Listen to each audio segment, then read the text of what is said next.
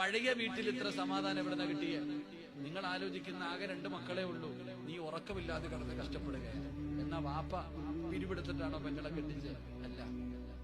എന്റെ ബറക്കത്തിന്റെ എന്റെ പ്രിയപ്പെട്ടവരെ, അതിന്റെ കാരണം നമ്മുടെ ഉമ്മ. മരിച്ചവർക്ക് അല്ലാഹു സ്വർഗം കൊടുക്കുമാറാകട്ടെ. ജീവിച്ചിരിക്കുന്ന ഉമ്മമാർക്ക് അല്ലാഹു ആഫിയത്തുള്ള ദീർഘായുസ് കൊടുക്കുമാറാകട്ടെ. നമ്മുടെ ഉമ്മ മഗ്രിബിന് ബാങ്ക് വിളിക്കുന്നതിന് മുമ്പ് കുളിച്ചൊരുങ്ങിയിട്ട് വരും.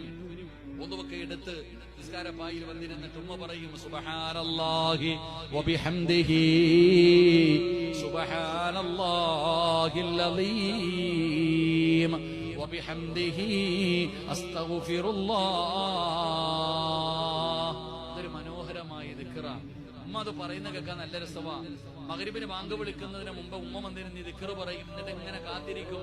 അപ്പോഴാണ് മഗ്രിബിന്റെ ബാങ്ക് കേൾക്കുന്നത്. ഉമ്മ ബാങ്കിന്റെ ജവാബൊക്കെ പറഞ്ഞു, എഴുന്നേറ്റ് മഗ്രിബ് നിസ്കരിച്ചു, സുന്നത്ത് നിസ്കരിച്ചു. നിസ്കാരമെല്ലാം കഴിഞ്ഞിട്ട് ഉമ്മ പരിശുദ്ധമായ ഖുർആൻ എടുക്കും.